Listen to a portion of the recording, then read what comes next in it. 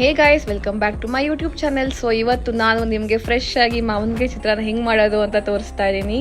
So ನಮ್ಮದೇ ತೋಟದಲ್ಲಿ ಮಾವಿನಕಾಯಿ ಕರಿಬೇವು ಕಿತ್ಕೊಂಡೆ. ಸೊ ಫಸ್ಟ್ ಮಾವಿನಕಾಯಿನ ತುರ್ಕೋತಾ ಇದ್ದೀನಿ.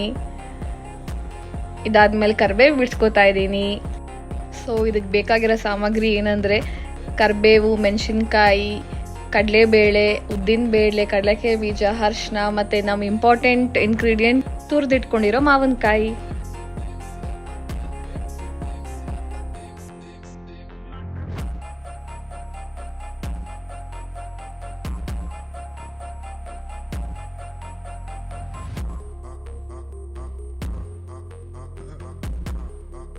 ನಾನು ಕೈಯಲ್ಲೇ ಕಲ್ಸೋಕೆ ಇಷ್ಟಪಡ್ತೀನಿ. ಬಿಕಾಸ್ ನಮ್ಮ ಅಜ್ಜಿ ಹೇಳ್ತಾ ಇರ್ತಾರೆ ಕೈಯಲ್ಲಿ ಕಲ್ಸಿರೋ ರುಚಿನೇ ಬೇರೆ ಅಂತ. ಅದಂತೂ ನಿಜ. ಸೊ ಸಖತ್ತಾಗಿತ್ತು ಟೇಸ್ಟ್ ಮಾತ್ರ.